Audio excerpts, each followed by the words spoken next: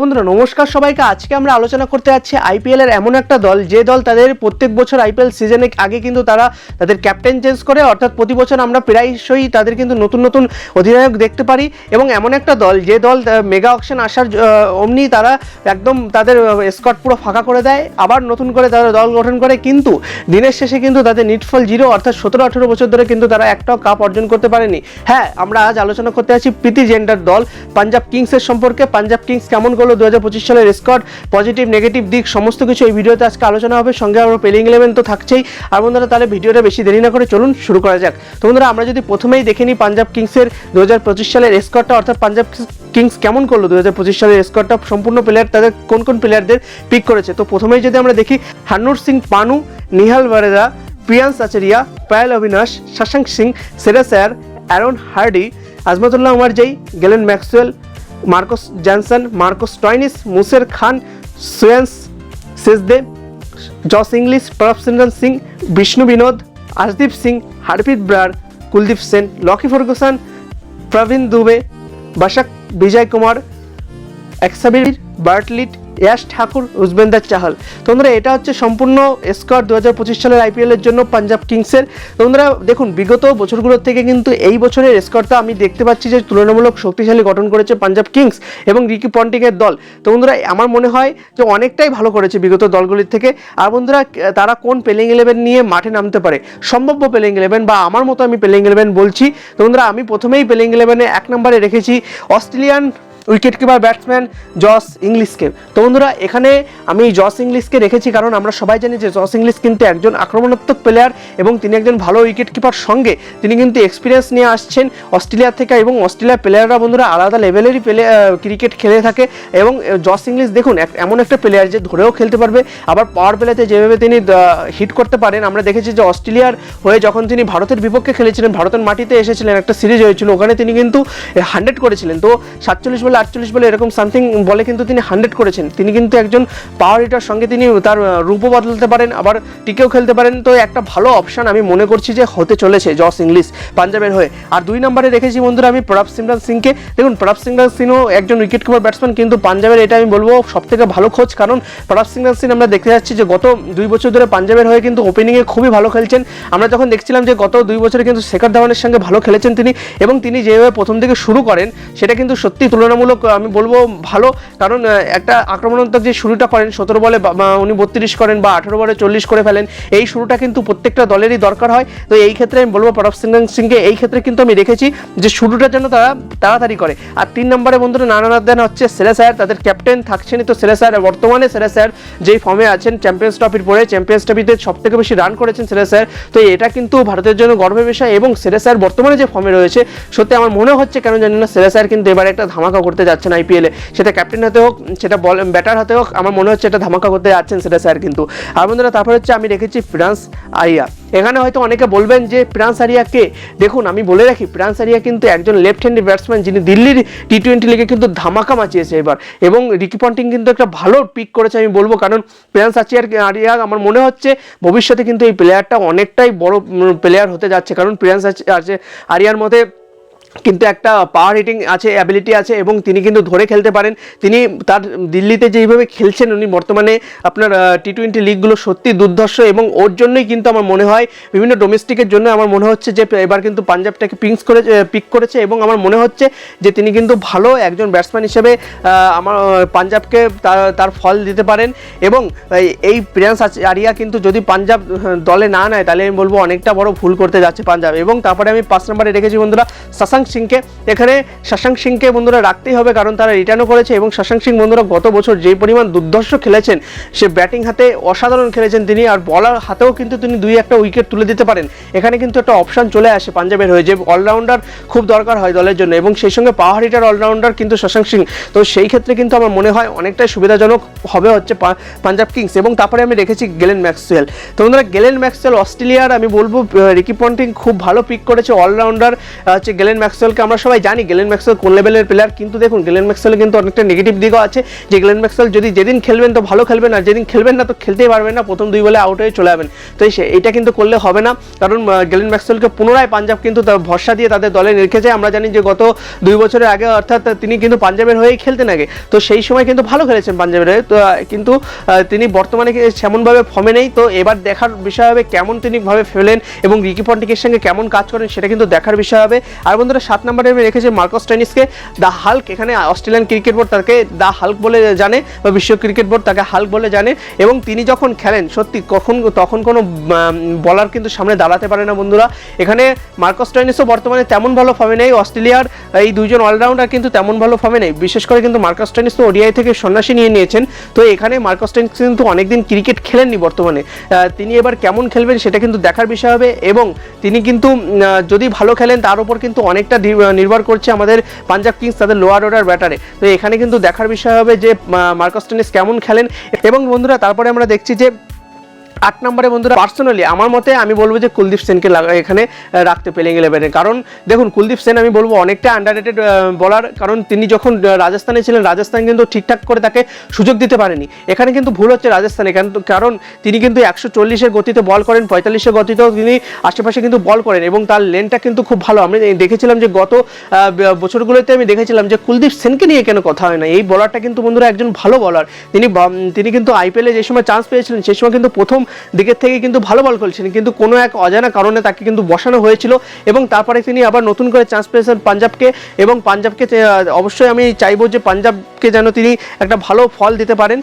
এবং তারপরে আমি রেখেছি মার্কো জনসনকে। দেখুন এখানে হয়তো আমি অন্য কোনো ফাস্ট বলারকে দেখতে চেয়েছিলাম, কিন্তু দেখুন মার্কো জনসনকে যখন কিনেছে আপনার পাঞ্জাব কিংস, তো এখানে 7 কোটি টাকা দেখতো কিনে আপনি বসানোর জন্য রাখেননি, অবশ্যই তাকে খেলাবেন। তো এর জন্য কিন্তু মার্কো জনসন থাকছেন, এবং মার্কো জনসন যেই উঁচু হ্যান্ডের একটা লেফট হ্যান্ডি বলার নিয়ে আসেন, সেটা তো এবার একটা প্লাস পয়েন্ট থাকে, এবং সেই সঙ্গে কিন্তু বন্ধুরা তিনি ব্যাটও করতে পারেন, বড় বড় কিন্তু হিটও লাগাতে পারেন। আমরা দেখেছি সাউথ আফ্রিকার যখন টি20 লিগ চলছিল তখন কিন্তু আমরা দেখেছিলাম যে তিনি কিন্তু বড় বড় হিটও লাগাচ্ছিলেন। তো এখানে দেখার বিষয় হবে মার্কো জনসন কেমন করেন। এবং দেখুন মার্কো জনসন কিন্তু প্রথম দিকে ভালো বল করেন, কিন্তু ডে টু বারে কিন্তু প্রচণ্ড মার খান, এটা আমরা দেখেছি। প্রায় সেই ওই রাশিদ খানের বিপক্ষে আপনাদের মনে আছে একবারে কিন্তু ভালো মতন ঝেড়েছিল রাশিদ খান। তো এবার দেখার বিষয় হবে কেমনভাবে তিনি করেন। কিন্তু দেখুন যদি এখানে ফাস্ট বলার আমার মনে হয় যে মার্কো জনসন যদি না খেলেন তাহলে আপনি লকি ফার্গুসনকে খেলাবেন, তো লকি ফার্গুসন তো প্রচণ্ড রান খান। তো এবার দেখার বিষয় হবে পাঞ্জাব কাকে নিয়ে এগোয়। আর বন্ধুরা তারপরে আমি রেখেছি আশদীপ সিংকে। এখানে আমি বলবো আশদীপ সিং খুবই একজন ভালো বলার, এবং আমরা দেখতে পেরেছি গত সিজনগুলোতে বা আপনার ইন্টারন্যাশনাল ক্রিকেটে তো অসাধারণ বল করেছেন তিনি বর্তমানে, যদিও এবার চ্যাম্পিয়ন্স ট্রফিতে তিনি চান্স পাননি, কিন্তু চান্স পেলে আমার বিশ্বাস ছিল যে তিনি ভালো খেলতেন।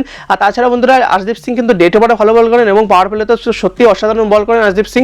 এবার দেখুন আশদীপ সিং যেদিন বল করবেন সেদিন কিন্তু খুব ভালো বল করবেন। তাছাড়া বন্ধুরা ডে টু বারে আমি বলবো স্পেশালিভাবে ডে টু বারে কিন্তু ভালো বল করেন তিনি, এবং তিনি আপনার গুজরাটে ম্যাচে অর্থাৎ গুজরাটে যখন সঙ্গে তাদের ফার্স্ট ম্যাচ রয়েছে, এখানে আমি ভাববো যে গুজরাটের সঙ্গে কিন্তু ভালো খেলতে পারেন, কারণ গুজরাটে মাঠে অর্থাৎ নরেন্দ্র মোদী ক্রিকেট স্টেডিয়াম কিন্তু একটা ফাস্ট বোলিং মাঠ হতে চলেছে, এখানে কিন্তু পিচটা অনেকটা ফাস্ট বোলারদের জন্য সুবিধা হতে চলেছে।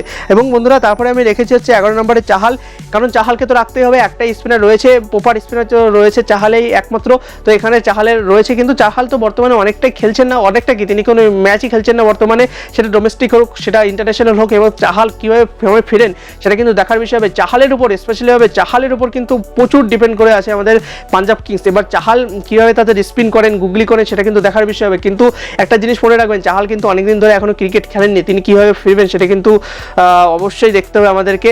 আর বন্ধুরা এরপর যদি আমরা দেখি পাঞ্জাবের যদি প্লাস পয়েন্টগুলো দেখি, প্লাস পয়েন্টের মধ্যে বন্ধুরা 1 নম্বরে থাকছে তাদের ব্যাটিং ডেপথ। ব্যাটিং ডেপথ আমি বলবো বন্ধুরা সত্যিই খুব ভালো ব্যাটিং ডেপথ রয়েছে, এখানে 7-8 নম্বর পর্যন্ত তো আপনার ব্যাটসম্যান রয়েছে, এবং ভালো ভালো ব্যাটসম্যান রয়েছে। আপনার জস ইংলিশ রয়েছে, শ্রেয়াস আয়ার রয়েছে, প্রিয়ান্স আরিয়া রয়েছে, শশাঙ্ক সিং রয়েছে, প্রভ সিং, এরকম মার্কাস স্টোইনিস, গ্লেন ম্যাক্সওয়েল এরা তো রয়েছেন। তো এরা ব্যাটিং ডেপথ কিন্তু বন্ধুরা অনেকটাই ভালো রয়েছে। এবং 2 নম্বরে আমি যদি দেখি বন্ধুরা এখানে কিন্তু রয়েছে আপনার হচ্ছে ক্যাপ্টেন কিন্তু এখানে বাজিমাত করেছে, কারণ ক্যাপ্টেন একজন ভালো ক্যাপ্টেন কিন্তু রিকি পন্টিং কিনে নিয়েছে এবার অকশনে 23-24 কোটি টাকা দিয়ে সেরেসায়ারকে। এখানে কিন্তু সেরেসায়ার বন্ধুরা এমন একজন ক্যাপ্টেন বর্তমানে, তিনি কিন্তু আইপিএলের বর্তমানে সেরা ক্যাপ্টেন রয়েছেন, কারণ গত বছর তো তিনি কেকেআরকে ডিফেন্ডিং চ্যাম্পিয়ন, অর্থাৎ গত বছর তিনি কেকেআরকে ক্যাপ্টেন হিসাবে জিতিয়েছেন। তাছাড়া বন্ধুরা আমরা দেখেছি বিভিন্ন পেশার ম্যাচে লাস্টের দিকে কিন্তু প্রচণ্ড পেশার ম্যাচে তিনি কিন্তু কাম থাকেন, অর্থাৎ তিনি সবসময় কিন্তু একটা শান্ত পরিবেশে কিন্তু বিরাজ করেন, অর্থাৎ তিনি কিন্তু কোনো সময় রেগে যান না বলারদের উপরে, ভাই তুমি কেন মার খাচ্ছ, ব্যাটারদের উপর রেগে যান না, তিনি কিন্তু একজন শান্ত ক্যাপ্টেন এবং তিনি কিন্তু ভালো ক্যাপ্টেন্সি করেন। তো এখানে কিন্তু পাঞ্জাব এতদিন পর একটা ভালো ক্যাপ্টেন নিয়োগ করেছে, এই ক্যাপ্টেনকে যদি ধরে রাখতে পারে তাহলে আমি বিশ্বাস যে পাঞ্জাব একবার না একবার হলেও শিরোপা কিন্তু জিততে পারে।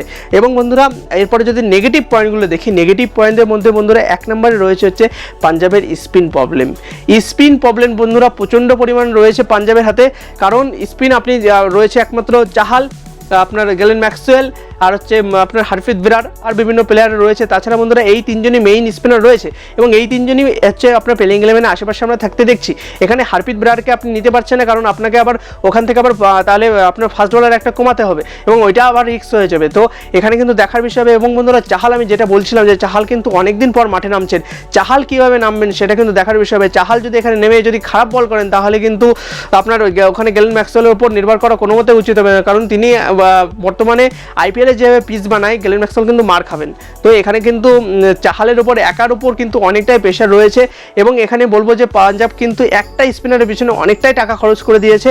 তো এখানে আরও 2-3টে স্পিনার তারা কিনতে পারতো কম টাকা, অনেক ভালো ভালো স্পিনার ছিল, কিন্তু কিছু করার নেই। চাহালকে তারা ভেবেছিল যে রিকি পন্টিং যে যতই যাক আমি চাহালকে নিয়েই যাবো। চাহাল যদিও বন্ধুরা একজন ভালো বলার, আমরা সবাই জানি লেজেন্ডারি স্পিনার, তিনি ভারতের হয়ে সবথেকে বেশি টি-20-তে তিনি উইকেট নিয়েছেন এবং বন্ধুরা আমরা দেখতে পাচ্ছি যে আইপিএলে কিন্তু সবথেকে বেশি উইকেট বর্তমানে কিন্তু চাহালের। তো এটা কিন্তু আমাদের মাথায় রাখতে হবে বন্ধুরা, তো এটা কিন্তু অনেক একটা বড় বিষয়। আর বন্ধুরা আরেকটা নেগেটিভ পয়েন্ট যদি আমরা দেখি যে ফাস্ট বোলিং লাইন আপ কিন্তু আমার মনে হয় না ততটা ভালো হয়েছে, কারণ এখানে দেখুন আশদীপ সিং একা রয়েছেন, মার্কো জ্যানসেন উনি হচ্ছে কোন দিন মার খাবেন, কোন দিনে ওনার আর কি ভরসা নেই। আর বন্ধুরা এই লকি ফার্গুসন এই প্লেয়ারটা প্রচণ্ড মার খান। লকি ফার্গুসন আমরা দেখে আসছি, কলকাতার হয়ে দেখেছি, আরসিবির হয়ে দেখেছি, বিভিন্ন জায়গায় তিনি দারুণভাবে মার খেয়েছেন, হচ্ছে সেটা ফিল সল্টের হাতেই গত বছর হোক না কেন।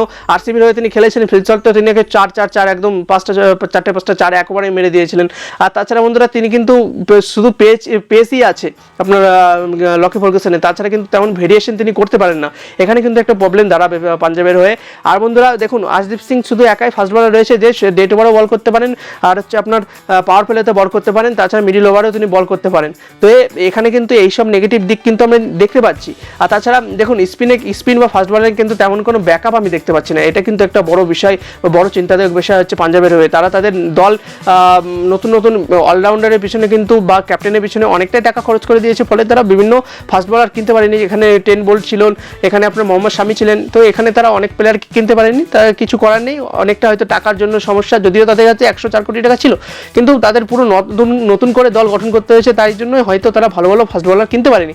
আর বন্ধুরা দেখুন পাঞ্জাবের টিম আমি বলবো অ্যাভারেজ অল ওভার কিন্তু ভালো হয়েছে, টিমটা গত বছরের তুলনায় কিন্তু অনেকটা ভালো হয়েছে। এবার দেখার বিষয় যে মাঠে কেমন প্রদর্শন করেন, সব কিছু তো খাতা কলমে হয় না, মাঠে প্লেয়ারে কেমন খেলবেন, এমন ভালো খেললেন যে পাঞ্জাবের প্লেয়ার শিরোপা নিয়ে বেরিয়ে গেলেন, বা এমন খারাপ খেললেন যে প্রথম দিকের থেকে একদম 5-6টা ম্যাচ পরে কিন্তু বেরিয়ে গেলেন, এমনও হতে পারে। তো দেখুন এবার আপনাদের কি মনে হয় পাঞ্জাব কেমন দল গঠন করলো, বা পাঞ্জাবের প্লেইং 11 কি হতে পারে, পাঞ্জাবের আপনার পজিটিভ দিক কি, নেগেটিভ দিক কি, অবশ্যই কমেন্টে জানাতে ভুলবেন না, কমেন্ট বক্স ফাঁকা আছে, অবশ্যই সেখানে গিয়ে জানান। আর বন্ধুরা ভিডিওটা যদি একটু ভালো লেগে থাকে তাহলে একটা লাইক করতে ভুলবেন না, চ্যানেল নতুন হলে প্লিজ একটা সাবস্ক্রাইব করে বেল আইকনটা অন করে দিন। আপনারা কেউ সাবস্ক্রাইব করছেন অবশ্যই সাবস্ক্রাইব করে রাখুন, কারণ এরকম আইপিএল সম্বন্ধে আরও ভিডিও আসতে চলেছে। তাহলে বন্ধুরা আজকের জন্য এটুকুই, দেখা হচ্ছে আরেকদিন আরেকটি ভিডিওতে, ততক্ষণের জন্য ভালো থাকুন, সুস্থ থাকুন এবং ক্রিকেট দেখতে থাকুন। ধন্যবাদ।